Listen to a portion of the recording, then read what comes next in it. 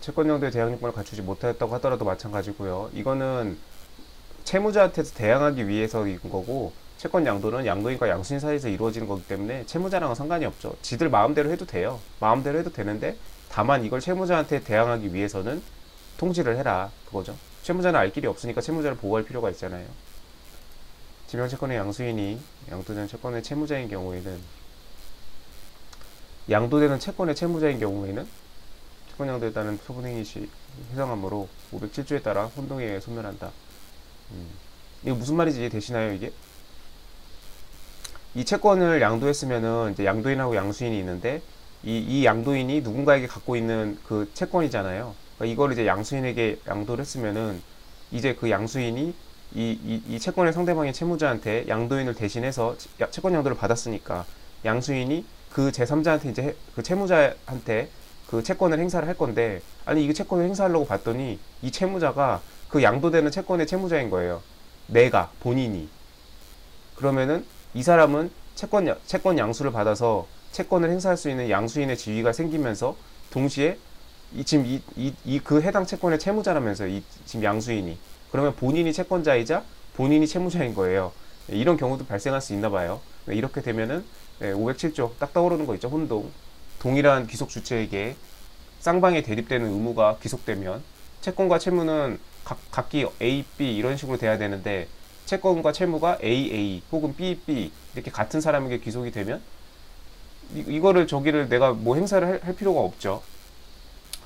행사를 할 수가 없어. 자기가 자신한테 뭐 채권을 추심할 거예요. 자기가 자신한테 재판을 걸고 대여금 청구에 소를 하고, 말이 안 되기 때문에 혼동으로 소멸하도록 이런 제도가 민법 규정이 되어 있죠.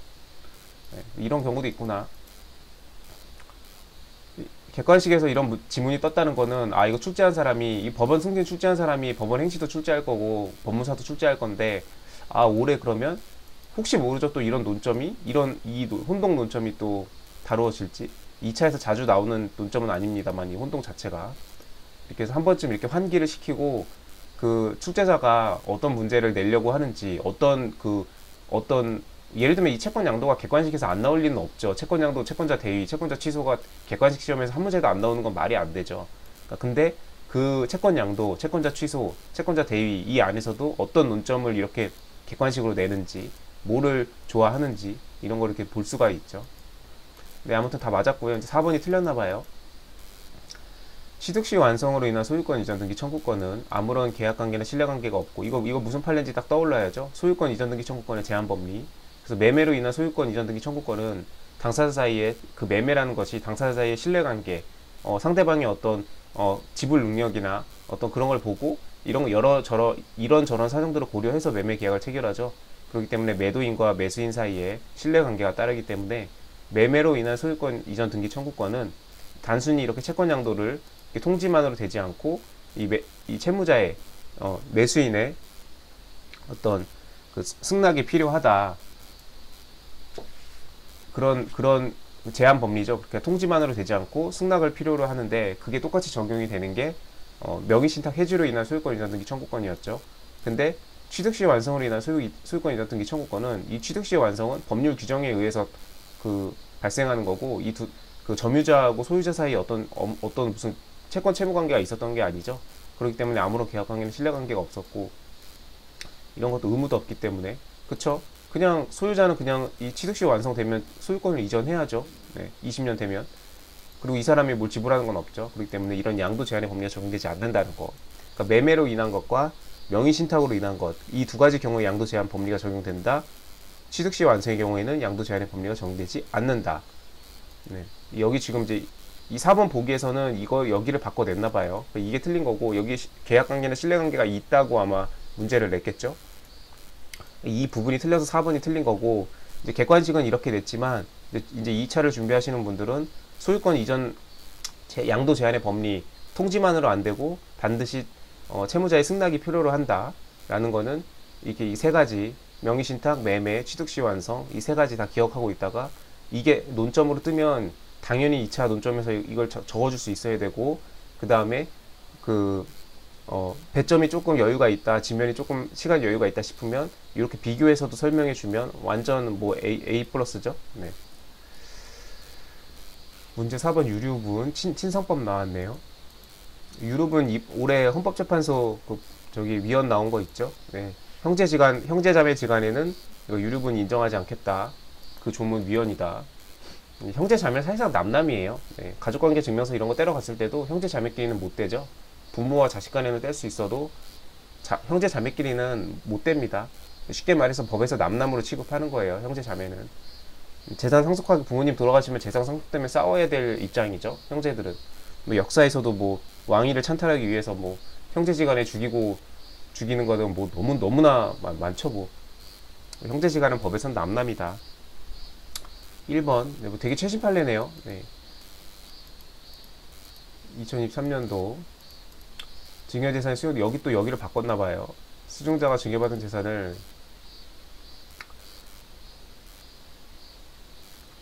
수용되었다면 유류분을 산정함에 있어서 현실가치인 처분 당시의 가액을 기준으로 물가 변동량을 반영하는 방법으로 해야 된다. 상속 개시까지 그대로 보유하고 있는 경우에는, 이거 그대로 보유하고 있을 때는 그 상속 개시 당시를 이렇게 할 수가 있는데, 그대로 보유한 게 아니고 이렇게 처분했거나 이렇게 수용했다면은 그때는 그 처분 당시 가액을 기준으로, 여기는 처분 당시고 여기는 상속 개시 당시죠. 다르다는 거. 그래서 유류분 이런 거는 객관식 준비하시는 분들은 이 유류분 파트가 뭐 이제 이해를 하면 별게 아닌데, 그 이제 처음에 공부할 때는 굉장히 좀 어렵게 느껴지는 파트 중에 하나예요. 그리고 맨 뒤에 있고 신상법에 있고. 그래서 객관식 준비하시는 분들은 공부를 해보긴 하되 정말 몇 번을 읽어봐도 판례가 이해가 안 된다, 무슨 소리 하는 건지 당초에 감을 못 잡겠다 싶으신 분들은 1차에서는 제끼십시오. 네.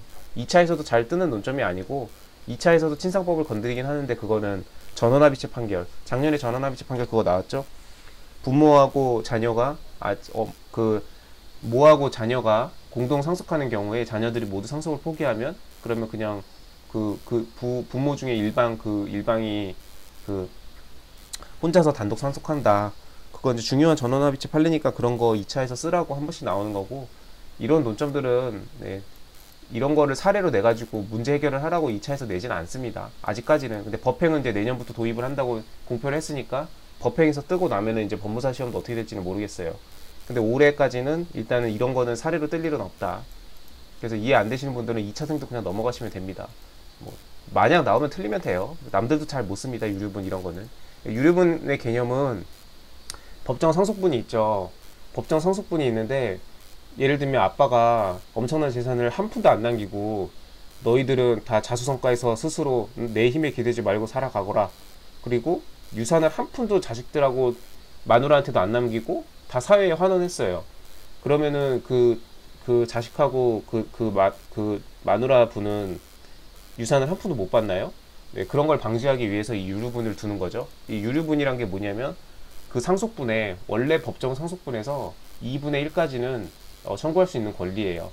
그러니까 사회에 환원하는 것도 좋은데 그 고인의 뜻이 참 좋긴 한데, 아니 근데 그 평생을 남편이든 배우자든 마누라든 배우자로서 헌신한 배우자랑 그리고 자녀들도 살아갈 방도가 있어야 되는데, 그 돈을 한 푼도 안 남기고 다 사회에다 환원해버리면 이 사람들도 너무 그 권리를 좀 보호할 필요성이 있잖아요. 그래서 고인이 전액을 다 사회에 환원하더라도 고인의 뜻을 존중은 하되, 그렇지만 그 법정 상속분에서 2분의 1까지는 청구할 수 있게끔, 되찾아갈 수 있게끔 권리를 줬습니다. 그게 민법에서 유류분이에요. 그러면 내 원래 상속분이 예를 들어서 배우자가 만약 2분의 1이다. 그러면은 남편이 1억 원의 재산을 한 푼도 안 남기고, 배우자한테 한 푼도 안 남기고 사회에 환원해 버렸어요. 그러면은 원래 법정 상속분이 2분의 1이니까 5천만 원까지는 법정 상속분이죠. 배우자가. 그러면 그 5천만 원의 2분의 1, 2,500만 원까지는 그 사회에 환원을 했어도 되찾아올 수가 있습니다. 그게 유류분이에요.